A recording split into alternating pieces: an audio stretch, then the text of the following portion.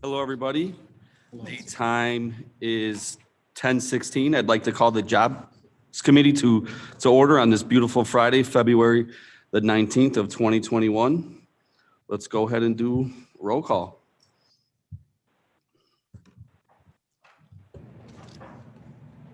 Ford, Here. Weber, Present? Davis, Iqbal, Iqbal present. Hopi, Lewis, Lewis here. Molina present. Hurrod, and Shepro. Davis present. Thank you.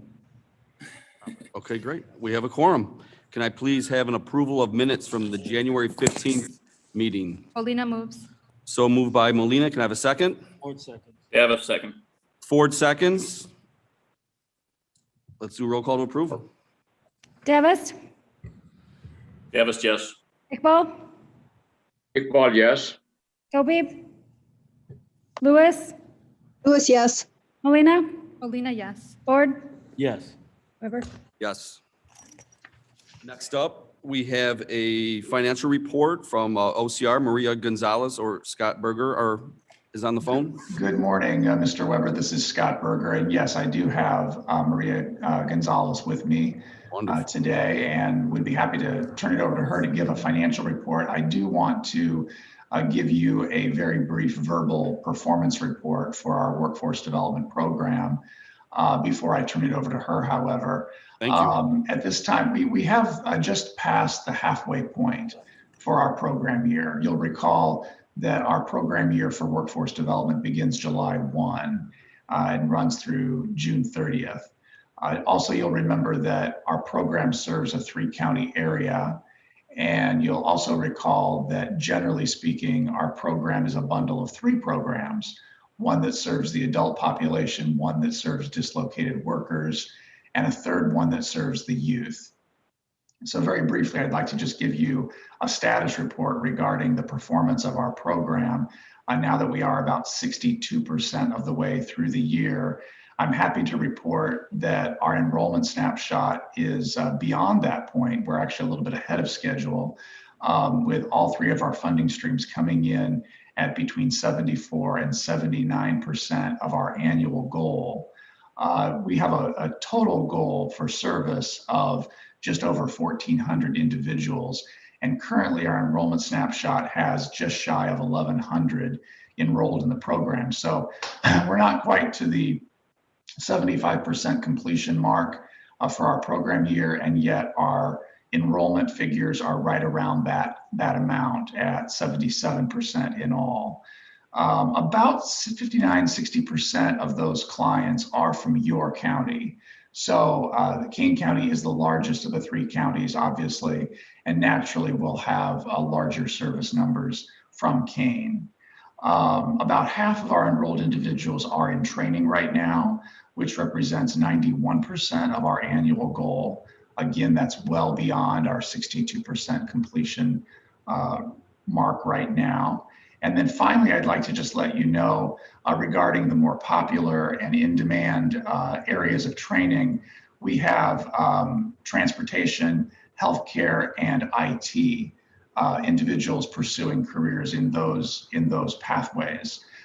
Those represent the 3 largest categories for our adult and dislocated worker population.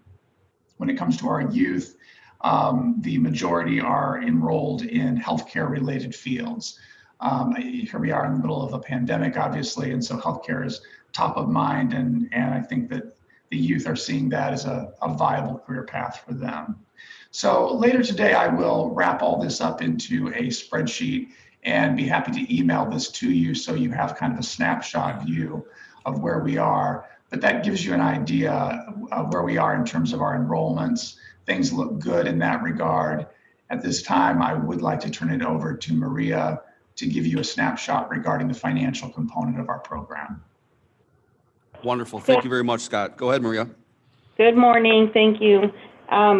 Starting on page 2 of your packet, you'll see the brief summary of the reports that are attached. We are, like as Scott said, in the halfway point of expenditures that have been reported to the state. we, through December 31, continue to report expenditures in our carry-in grant. And that kind of affects our new grant in that you'll see we should be hitting at 40% of our obligations and our expenditures through 12/31 of our new grant, and we're running low. And it's attributed to the fact that we had the carry-in that we had to work through because we have until June 30th to fully spend down this grant, or else we get the funds taken away. So in accounting land, it's, you spend the first funds that come in and then move forward. On a positive note, our training benchmark is still above the 50% mark, and that is because of the activity that just keeps flowing and flowing. Every week it seems like there is more ITA vouchers that are coming in from the program team, so they have been working tremendously amidst the pandemic, thinking outside the box and still serving the customers that are in need within the 3-county area. If you go to pages 2 through 4, that is the detail report that feeds into your summary report for the WIOA 19. On the WIOA 20, which is the page 7 of your packet, you'll note that we are now, as the carry-in is finished, we are now fully reporting expenditures and obligations to this grant. So as you see on the bottom half, there's the financial benchmarks of this grant, and you'll see that the obligation is at 24% and 28% for adult and dislocated respectively, where we should be at 40%. Again, now that we have fully worked through the carry-in, these numbers should start to rise. I think we're still going to be a little behind, but at the rate the momentum is going, I am very hopeful that we'll start trickle up, to get closer to where we need to be. On the youth side, there really isn't an issue there in terms of where the obligation is tracking. Then you'll also see that we have 2 other percentages there that talk about the youth out of school and the work-based learning percentages. Within our funding stream for youth, 75% of that should be towards the youth out of school participants. These benchmarks are not required to be met until the end of the 2-year grant cycle. Pages 8 and 9 are the detail reports for the WIOA 20 grant. We still have not received the executed grant agreement for the trade. I know that's in the works in terms of the program team is working with the state to finalize all of that. And on the statewide rapid response report, we still have the funding for that. I haven't received the necessary reimbursement request to start drawing the funds for that. Are there any questions? Any of the committee members have any questions for Marie in regards to the financials? No. Before we move on, I just want to say that I appreciate Scott and Maria. There's been a lot of discussions, over the past couple months on just kind of making some adjustments to the program. So I appreciate everyone being able to adapt, acknowledging that there was some adjustments that needed to be made, and I can see that those are beginning to happen. So let's continue to work together, have good dialogue, and keep growing this program. I believe I do have one question. Madam Chair, go ahead. Thank you so much. This is for Scott. Scott, you mentioned the adult job, Transportation Health Department and IT. Does that include dislocated workers? Yes, that's both adult and dislocated workers. And one more question to clarify, does transportation also include logistics? Yes, it does. However, primarily those individuals in the transportation category are seeking CDL certification to become truck drivers. Believe it or not, that is a very much an in-demand area for our geographic region within the country, that we continue to see strong demand in the truck driving category.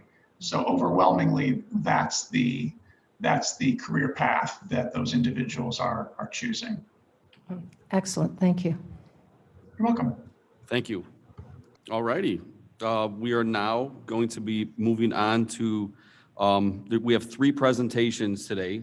I would like to allow all presentations, after each presentation, we can ask questions. So just jot down questions that you have while the presentation's getting done and then ask after the presentation. I don't want the presenters to be interrupted. Just let them flow through and then we'll ask after. So with that being said, I would like to introduce Dr. Christine Sobek from Waubonsee Community College. You have the floor, Dr. Sobek. Well, good morning, and thank you so much for inviting us to be part of the Jobs Committee this morning. We're very excited to be here. As was stated, I'm Dr. Christine Sobek, President of Waubonsee Community College, and I have 2 additional presenters with me this morning. Dr. Diane Nyhammer, who serves as our Vice President of Educational Affairs, and then also Dr. Kathleen Gorski, our Dean for Learning Outcomes, Curriculum, and Program Development. So Kathleen is going to do the bulk of the presentation this morning. She wears many hats at the college, as you can tell from her job title, Outcomes, Curriculum, and Program Development. One of the key roles she plays at the college is to be constantly doing labor market analysis and research to determine what new programs, certificates, job training, et cetera, the college needs to embark on. So I think she has a very exciting presentation for you this morning because we've been looking at the cannabis industry, of course, from the jobs perspective and the educational and training. So I'm going to turn it over to Kathleen, and then both Dr. Nyhammer and I, of course, are here this morning too, in case there are any other questions that you may have of us or larger questions. So again, thank you so much for inviting us today. And if it's okay with the chair, I will turn it over to Dr. Gorski. Yes, that's fine. Thank you. Thank you for having me, everyone. I am excited to share what Waubonsee has been doing around the cannabis career. And I'm going to just share my screen so you can see my presentation. I just have to get to the right view here. Can you see my screen? Yes. Okay. All right. Let's see. All right. So I want to talk a little bit about the cannabis industry and the projected growth that we have for the industry. You can see that the state of Illinois, which we had only medical adult use cannabis in 2018 was 9.8 billion. You can see the forecasted growth by 2024 is increasing substantially.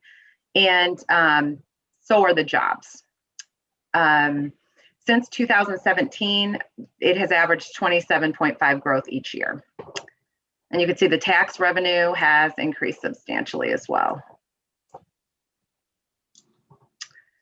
So industry projections, prior to January, there were 5,800 cannabis jobs, and we've already added over 8,300 jobs in 2020. The creation is actually considering 63,000 additional positions by 2025. And you can see the anticipated tax revenue, and we have actual numbers from 2020 of $170 million in tax revenues, and our sales are over $1 billion. I just want to point out some national considerations for you about the cannabis industry. There are 35 states that allow the legal adult that have approved for medical use, and then there's 15 states that are allowing for the legal adult recreational use of cannabis. And we just need to be careful with cannabis because public policy is changing constantly, especially around the medical area as new discoveries happen. Marijuana is actually still considered a controlled substance federally. So we need to take that in consideration. When it's legal in a state, it is still not legal federally. And again, the FDA continues to evaluate changes, and this does affect our marketing and export rules. Just want to do a little overview of some of the cannabis terms. And cannabis is a broad term that actually means both hemp and marijuana. So I think you all may have heard of THC, and THC is actually the chemical that is responsible for the intoxicating effects of marijuana. Hemp is also cannabis, and hemp it just has the lower dose of the THC. So when we're talking about the intoxicating effects, it would be marijuana that we're talking about. A cannabinoid. So each cannabis plant actually has over 110 cannabinoids present, and these are just all naturally occurring. And so when you are in the cannabis industry, they may talk about different strands, and this is based on the cannabinoids. And I think we've also heard about CBD oil. And again, CBD oil is based on the cannabinoids found in the plant. And let's now talk about the careers. And there's really two careers when you're talking about cannabis industry. One is a plant touching career and one is ancillary. So that's pretty self-explanatory. There's actually the careers that are touching the plants. And you can see some of the titles here that are involved with the actual plant. So you can see it goes everywhere from breeders to transportation and logistics. And then the ancillary careers are all the companies that support the industry. And I just want to note that I did attend a cannabis career fair at Oakton Community College fall of 2019 and had the opportunity to really hear from some of the industry leaders and workers in cannabis in the area. And what we're hearing is there's just so many roles of current positions that people have the skills needed for the cannabis industry, and they're just going into the cannabis industry. For example, one of the presenters was a former Foot Locker manager and is now a dispensary manager. So a lot of the skills needed in the industry are existing skills: marketing, human resources, lawyers, accountants. So there is a lot of transferability in terms of current skills into the industry. Here's a few of the career titles that we're seeing, and it gives you just an overview of the salaries that can be expected in the industry. And I actually took a look at Kane County to see what was currently in Indeed for jobs, and there were over 39 postings on Indeed for cannabis industry jobs, and these are the jobs that were posted. So I just wanted to share with you that there are in Kane County cannabis industry jobs. Now let's talk a little bit about what Waubonsie is doing. Part of the Cannabis Career Tax Act, there is a cannabis career program with the state of Illinois, and we have applied for that. We're also considering some non-credit coursework and certificates for dispensary courses. And currently we have offered a few courses for the workplace. These were more day programs on cannabis in the workplace, and then also reasonable suspicion in the workplace. And just to talk a little bit more about the vocational pilot program, this is with the state of Illinois, and they are going to be awarding 8 community college grants to basically be part of this program. What this allows, it actually allows for the community college that are selected to actually use marijuana on their campuses. Originally, we applied by July 20th, and we were originally supposed to hear by this fall, but unfortunately with the pandemic, it has been postponed. So we're still watching and anticipate hearing soon. So I just wanted to point out some of the factors in the application. Really, the state is looking for some geographical diversity. They wanted a clear curriculum plan. They wanted to make sure that we had expertise in the area. And 5 of the licenses will go to low-income populations, community college with low-income populations. They want to make sure we have the proper security members in place. Security is regulated, and there is a lot more security restrictions for dispensaries and then also cultivation centers where the plants are grown typically indoors. And then also they wanted to make sure that we had placement available for students. So to prepare for this application, we had a brainstorming session with industry, and we had industry come in from a company called Justice Grown, and we also had a lead scientist from a lab in Sugar Grove that currently processes marijuana plants, including our faculty member experts in the sciences, and they helped us put together curriculum and really explore the cannabis industry. So when we met and talk with the industry and our faculty, these are the key core competencies that the industry is looking for a program in cannabis. Let's see, it goes into history, but then also plant science, hospitality, marketing, patient care, law, regulation. So we actually put together some preliminary non-credit certificate programs, and this one is a potential dispensary certificate program that we're looking into. And then we're also considering opening our laboratory tech program. Again, I just want to emphasize that there's a lot of current careers. Laboratory tech associate's degree actually provides the same skills needed for a variety of different careers in laboratory tech, including marijuana. So right now our next steps is we're currently looking into our non-credit dispensary option. We are in the process of reopening our laboratory tech Associate of Applied Science degree, and we are going to still process it whether or not we get the pilot program, because we can also run this program with hemp and still support the cannabis career that way if we can't have marijuana on the campus. So we anticipate hearing from the state soon, but these are right now what we're working on at Waubonsie to support the industry. So thank you very much. Thank you. I have a couple questions for you. Tell me on the application process for Waubonsie to be able to do this program. I would imagine that the state would like the county to have some kind of a resolution that says that we will support, help, have a cultivation center in Kane County, which we currently we did not pass a resolution approving that. Right now, we currently just have dispensaries. Will that affect your getting approval from the state?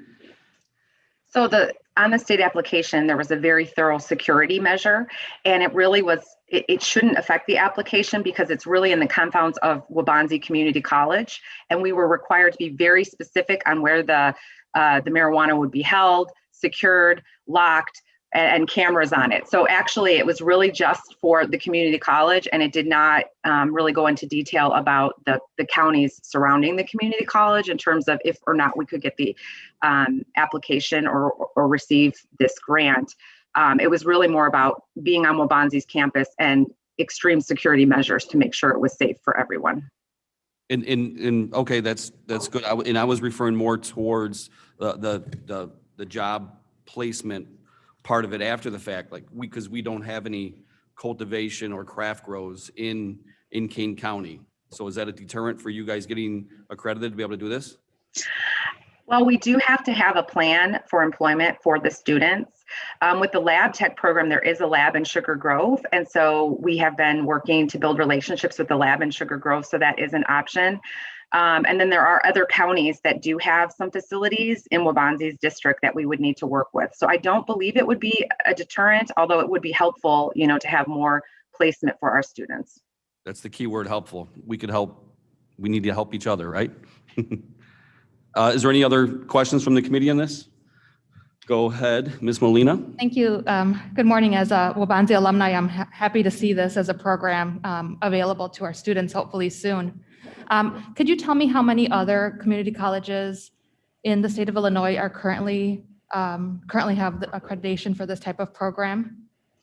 So there's very few actually. Oakton Community College is, as far as I know right now, the only community college that has a program. They have a dispensary program, and they have been very helpful to us as we're learning to work with this type of program.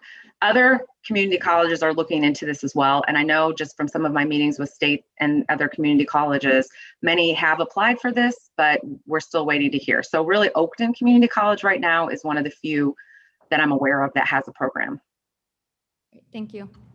I wanted to add that, of course, we won't know until the state approves or not, but we felt that we had a unique aspect because we have the state-of-the-art lab technology program and space. And so, Kathleen, you may jump in here, but a lot of the other schools were looking at the dispensary kind of retail ancillary part of it.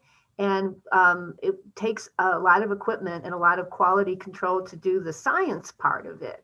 And that's why, again, we're keeping our fingers crossed that we thought our approach and our ability to have these facilities literally up and running and ready to go, hopefully will give us an edge to get our program approved. So I did want to stress that that's kind of the real specialty area that we think we could really, really be great at and maybe be a leader in the state on that. The science of it, the quality control, the lab tech facilities that we already have.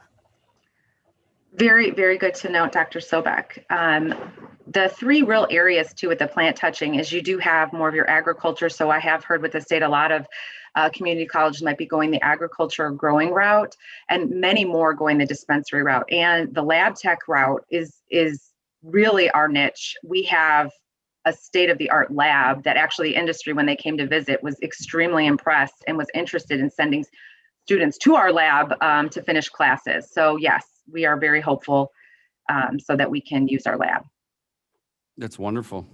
Thank you. Is there any other questions in regards to that presentation? Go ahead, Commissioner Sanchez. Thank you, Chairman. I just wanted to say, I wanted to thank you and Waubonsee College for putting this program together. I think a lot of people look at cannabis as drugs, and drugs are bad, and that's it. You guys are taking this very seriously. It's legitimate product category. It's a legitimate type of business, and it's really good to see this. I'm up more by ECC, so I'm hoping that they're going to be hot on your trails, putting some of this programming together. But again, thank you for taking this issue seriously and providing this job building opportunity to residents. I have a question, please. Commissioner Member Bates. One second, Bates. Go ahead, Commissioner Molina. Thank you. Another question that just popped in my head was regarding financial aid. Because it's because marijuana and cannabis isn't approved governmental, the U.S. government doesn't approve the use of it. How does the financial aid affect students who are looking to get accredited under this type of program, or does it affect them? So right now the state is looking into this for special permissions with the state. So I don't have the exact details, but I know this was addressed. Thank you. Go ahead, Commissioner Bates. Thank you. Thank you, Dr. Sobek. Thank you, Dr. Gorski, and hello, Dr. Nyhammer. My question is, because Kane County has such a rural and agricultural culture, will Waubonsee be looking into the agricultural aspects of marijuana, of cannabis? Right now, we're going to focus on the lab aspects, but we have been looking into other types of agriculture programs as well. Actually, what we've learned from the industry is the same growing techniques of a tomato plant is the same as a cannabis plant. So there's, again, so many similarities with what we're already doing in other areas that apply to the cannabis careers and industry. Okay, great. Thank you. Excuse me? Yes, go ahead, Madam Chair. Thank you. Just clarification, I believe that Illinois Valley Community College also has a program for its agricultural development of cannabis. So that may be a nice relationship that you can have because it's not too far away. We will definitely reach out. Thank you for that information. Is there any other questions? Mr. Chairman? Go ahead, Mr. Iqbal. Yes. Yeah, I want to thank Dr. Sobek and her team for joining us today. It was me who contacted your office, and I spoke with Mary, and I thank Mary for her hard work. Actually, I learned a lot from this presentation. During the process, I called Dr. Sam also at ECC, and he was very complimentary for your program that you took the lead. When the question were asked which colleges are doing it, what I learned from Dr. Sam is that the colleges don't want to cannibalize each other, don't want to have the same program and crowd the area. So it's good that Waubonsee is doing so Elgin can concentrate on something else. I thank you, and I appreciate very much. Thank you. Is that it for the presentations then in regards to cannabis? Yes. Yes. Well, thank you very much for presenting today. I definitely think that it's something that we as a county need to pursue because there is a lot of jobs that are going to be needed in this emerging industry. So we appreciate you presenting, and we'll support you and try to find a way to grow the industry more in Kane County too, to help with your program. So thank you so much. Thank you very much. And did we send a copy of the PowerPoint ahead of time, or is that something you would like? Yes, please. Okay, Kathleen, Dr. Gorski will follow up on that. Again, thank you so much for having us. It was a pleasure to be with you all virtually this morning. So thank you very much. Thank you. Yes, thank you. Okay. Thank you. All right. Moving right along, we have B, the Career and Technical Education Month Program Highlights. Go ahead, Chris. Thank you very much. So, as some of you may know, that February is Career and Technical Education Awareness Month, which celebrates the education of a wide range of career-specific skills that help students prepare for the workforce. The King County ROE is putting a special emphasis this month on the career and technical education programs that directly prepare students for high wage and high demand careers. I was excited to hear that data from Scott because the transportation, healthcare, and IT programs are covered under what they're talking about with the CTE. It covers many fields, including healthcare, information technology, advanced manufacturing, hospitality, management, and I could go on and on. But again, like most programs, it's gone virtual this year. So they've been highlighting videos once a week on social media. I'd like to share one of those with you today. The one that covers agricultural, food and natural resources and culinary programs. As timing tends to work with me, of course, the one that I wanted to share with manufacturing will be next Monday. So let's watch this video and get prepared because I want to make sure that we can highlight these education programs going on in King County. It's about a 4-minute video. Thank you very much, Blair.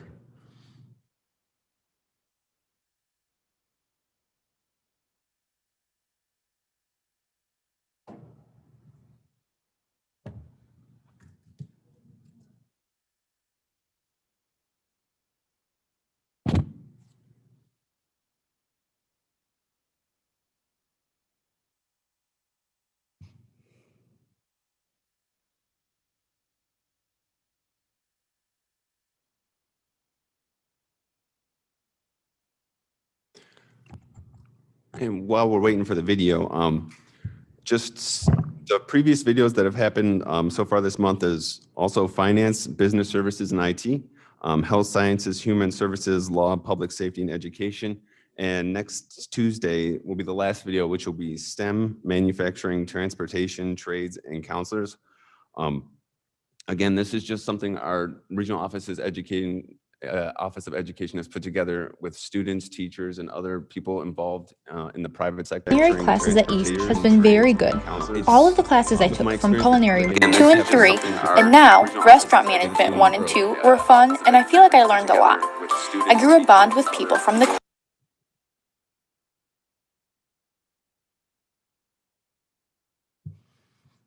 Yep.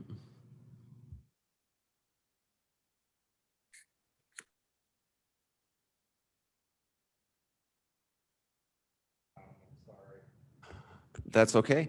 Well, if we can't watch the video, I just want to continue to promote it. Also, each week there has been articles on Kane County Connects, again, just highlighting the videos, the topics covered, and other information with the highlights for CTE month. It's good because, October is manufacturing month. Now we have CTE month. I assume as we go on through the months, we'll find out about more and more education and career highlights that we can share throughout the year. I will continue to share those with the Kane County Board Jobs Committee.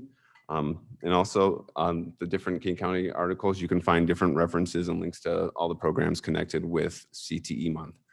With that, I can take any questions. Do we have any questions from the committee in regards to this? No, thank you very much. Thank you. Moving along, we have part C, staff updates for economic development initiatives. Sure.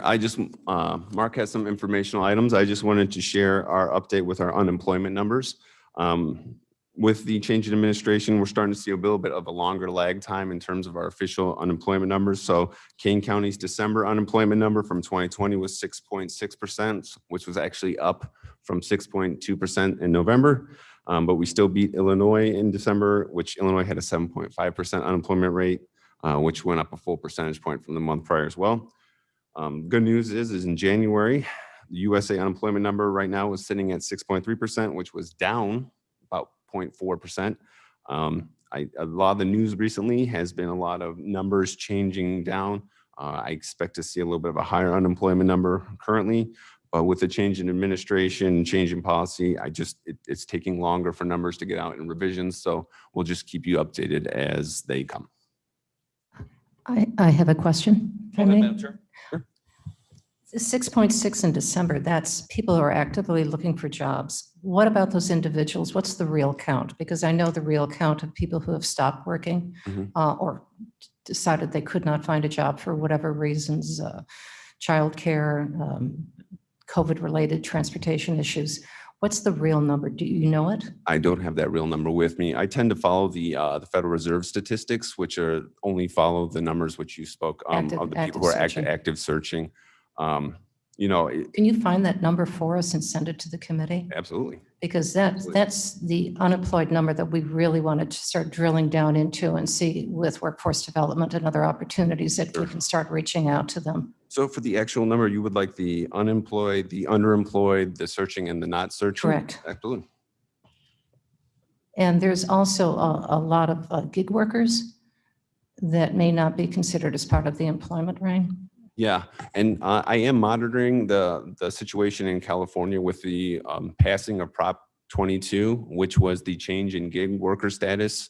For those who are unaware, for Proposal 22, which passed as a ballot measure in California, it did continue the contractor status for Uber and Lyft drivers, which means that they can be working contractually and not receive benefits. Other states, I haven't heard Illinois officially say anything, but we are monitoring that because it's a very big shift in employment policy that could trickle down to other states. But yeah, with the gig economy, we're trying to keep those unemployment numbers because it's really a different subset because of how it works with contractual hours versus non-contractual hours that could trickle down to other states. But yeah, with the gig economy, we're trying to keep those unemployment numbers because it's really a different subset because of how it works with contractual hours versus non-contractual hours that could trickle down to other states. It's recording. Awesome. Oh, the glitch in the matrix. All right. But yeah, and that is something I would like to continue to monitor and try to update and bring that information because that could have an effect on our numbers. I don't have any comments towards it, but you know that's the modernization of employment. California is very progressive, so to see them and how they fold out I'd like to share some of that information as they roll out over the next year. And to drill down a little bit more on your data research, can you also put it by zip code so that we have an idea of where that poverty rate would be if we're going to be focusing our efforts on whether healthcare, job development, rent relief? We know where the pockets are. Absolutely. Wonderful, thank you.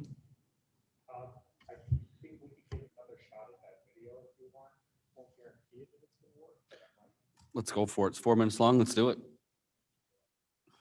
Thank you.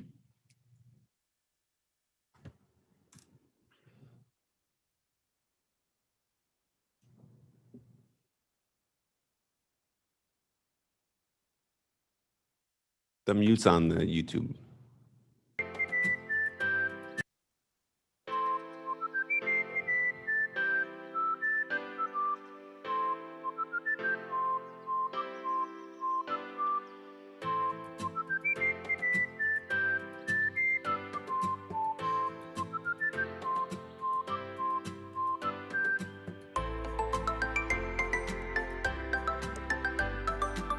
My experience with the culinary classes at East has been very good.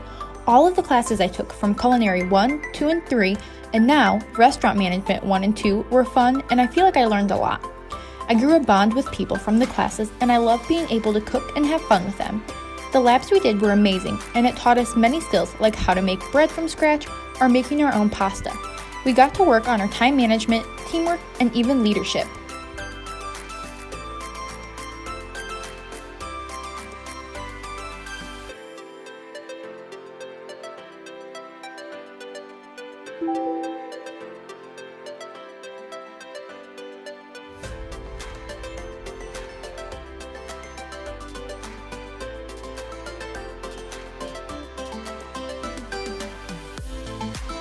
Thanks to Brooke, We have 3 relatives she has molded, and now they're pursuing degrees in agriculture and are looking forward to their careers after college. And these are only 3 of the many Brooke has mentored into the agriculture world. There are so many more students pursuing agriculture because of Brooke.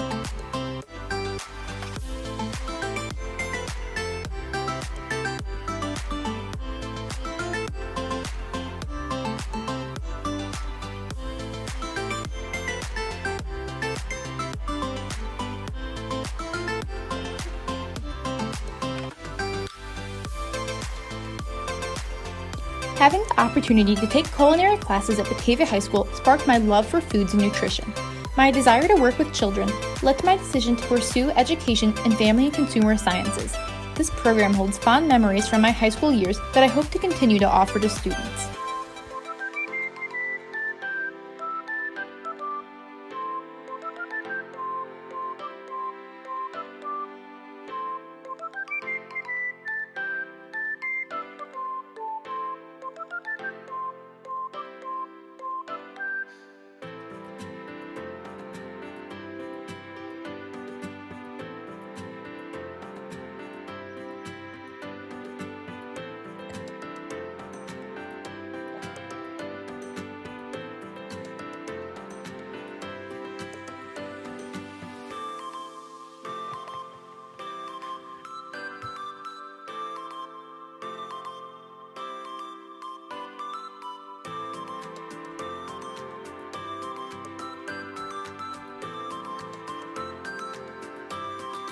For the final project, An Introduction to Culinary Arts, students were required to prepare a meal for the members of their household. This required the ability to scale recipes, read and interpret recipes, measure correction, use knife skills, use at least 2 cooking methods along with baking a quick bread, and follow sanitary and safety guidelines. Number 1 is what I'm going to do is grab a plate and prep it. So I'm going to scrape off all the food. And then number 2 is to turn on your hot water and to fill a thin layer of soapy water on the bottom of your sink. 3 is to wash and scrub the dish under the water. Step 4 is to rinse it with the hot water. Make sure you get both sides. And then number 5 is I can either put it in my dish drain or I'm just going to use a clean kitchen towel and dry it off and then put it away.